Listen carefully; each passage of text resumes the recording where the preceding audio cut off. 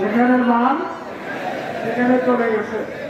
উনি একদিন আগে বললেন শেখ হাসিনা পালায় না, বলছিলেন না?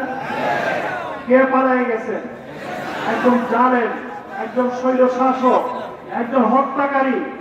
আমরা ফেসবুকে, আমরা ইউটিউবে থেকে দেখেছি তিনি নাকি নিজে মানুষের বুকের পরে পা দিয়ে তিনি নিজে হাতে করে ছুরি দিয়ে জবাই করেছে।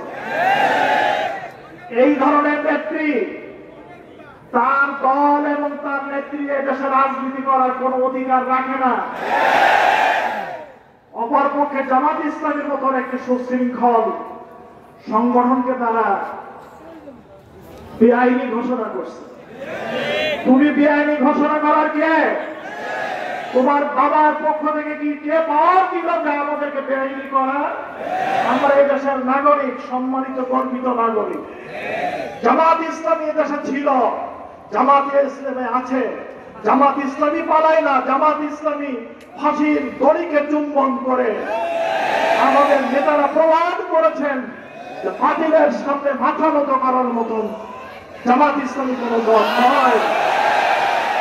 আমাদের তরুণরা আপনার সাথে বসা আছে, এই ছাত্ররা আপনার গায়ে বুলেট দাগ আছে, এখনো বুলেটের তাদের বের করা সম্ভব হয়নি, তারা রক্ত দিয়েছে।